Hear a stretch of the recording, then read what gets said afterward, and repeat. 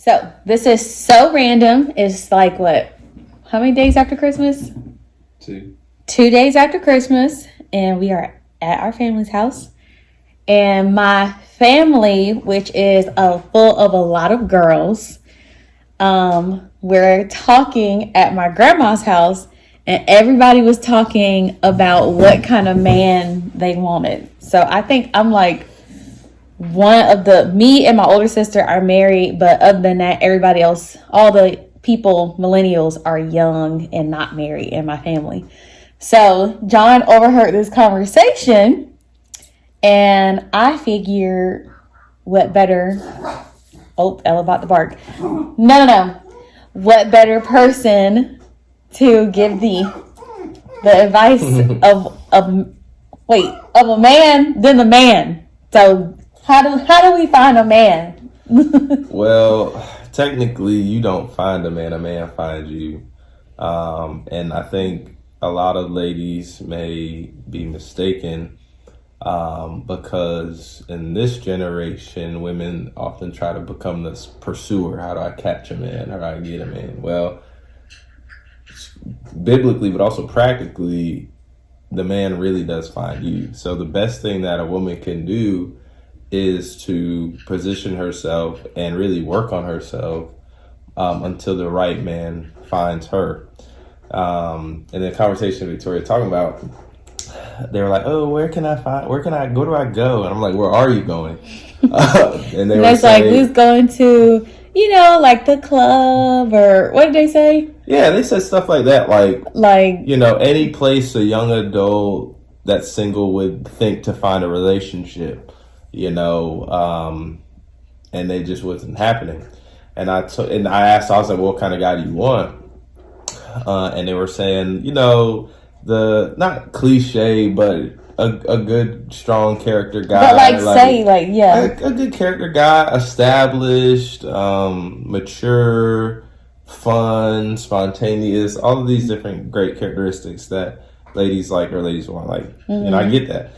But the reality is the environment they were going to find the person that they were trying to find didn't match up. Mm-hmm. For example, I'm not gonna go to Publix if I want to get a big screen TV. You know what I mean? Your desire, what you're looking for, has to go to the right environment. So I say all that to say, if you want a guy that's smart or a guy that's focused or a guy, they're gonna be in environments where they can better themselves. For example, church is obviously a big one. Mm. But if you want a smart guy, go to the bookstore, find a book. Become a woman that likes to read. But so you're saying go to the bookstore, go to these places. Doesn't that seem like the woman is still looking for the man? Well, she's in the right environment for the guy to find her. She's in the right space. But wouldn't she still be looking? Well, that's why I said go to those environments with a genuine desire to read a book. Or go are y'all going to go to that environment knowing you don't like to read with a genuine desire to read a book? Go to Barnes & Noble, get you a magazine, whatever, and then put the book in front of it and the magazine in the middle. But you still going to be like, looking. But my point is this, the environment really does matter where you find the right person. For example, when I found Victoria was at school, but she was in the part of the college where people wanted to grow in their faith. So that's where I found her at. Or she would spend a lot of time in the library. So if I wanted to find her, I would have to go to the library. So on and so forth. So a lot of the great quality guys that are seemingly elusive ladies they're in environments where they can better themselves and improve. Mm-hmm. Guys naturally want to improve and grow. Good guys want to improve and grow. They'll find things where they can challenge themselves and they can accomplish something that they haven't done before. So if you want to find a guy like that, I think spiritually you go to a church. Mm-hmm. Physically you go to a gym. Mentally you go to a place where they can read, or coffee shops, places where they can study, places where they can grow. And those are the environments I would suggest, Okay, so basically what you're saying is for a woman to better herself, focus on herself, and when you do decide after you have focused on yourself and learned who you are and grown in your identity and your purpose and who God has called you to be, when you decide that now, okay, I think I'm ready to date, don't look for the guys who are in these environments. Look for the guys who are in these environments. Yeah, for example, right, like this is a scriptural reference, but it still rings true. Ruth wasn't looking for Boaz.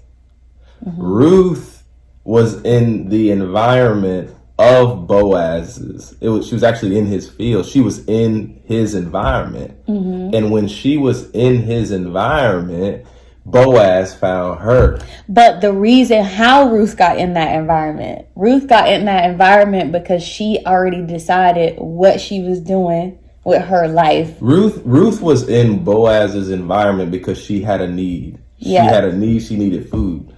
So she went to an environment where she can get the need met. So in other words, she had a desire that she needed to go to a specific environment for. So if you want a guy that's smart, you first have to have a desire to be smart yourself, or you have to have the desire to work out yourself, or you have to have the desire to get closer to the Lord yourself. And once you have that desire, now you're in the environment where the right person can find you, or the right mm-hmm. person can see you. Mm-hmm. Like if Ruth was like, I'm actually not hungry, I'm just not going to eat, she would have never been in Boaz's environment. So if you're looking for Boaz and not all these other asses. Oh my God. You can go, you have to just be in their environment. And then another thing too is like self-worth is really important. Like when God made Eve was presented to Adam. She wasn't trying to seduce or persuade him to like her. She just was. Mm-hmm. And when Adam saw her and opened up her eyes, he immediately recognized who she was and her value and worth to him. So don't spend a lot of time trying to inflate your worth to a guy that doesn't even care or mm-hmm. is not interested. I told Victoria this all the time. Like, if a guy's interested, you're going to know. If a guy's interested, he's not going to play games. If a guy really is considering you as someone he wants to be with, it's not going to be like, you're not going to wonder. Like, did you wonder if I was interested in you? No. She knew my intentions were very clear. Well, yeah, but no. So, but even with women, because like I have a lot of friends, like girls, and some of my friends are single, and sometimes she'll text me and be like, what did this text message mean? Or should I text back? Or he took too long to text me back, or this, that, and the other. And John always helps me out with when I'm responding sometimes to my friends.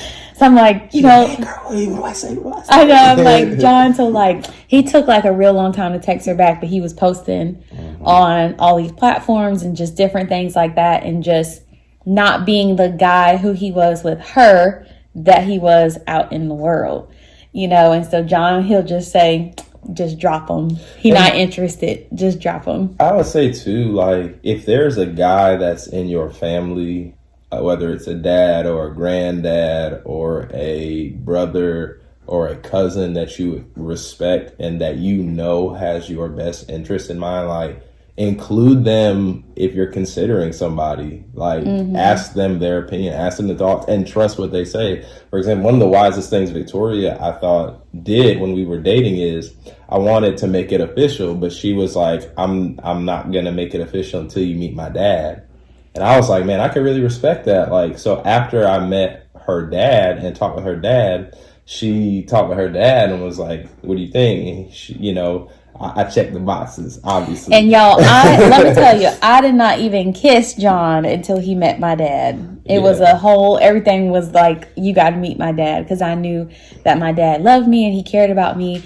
But for those of you who, might not, your dad is not in your life, or, he's just not that. It could be like a brother or a cousin, or, just get some advice from a trusted guy. Yeah. So I thought this was so funny. Like, I was like, we should make a video because it was so funny. Like, at my grandma's house, all the girls was like circled around, and I walked out, and John was out there talking about finding a man.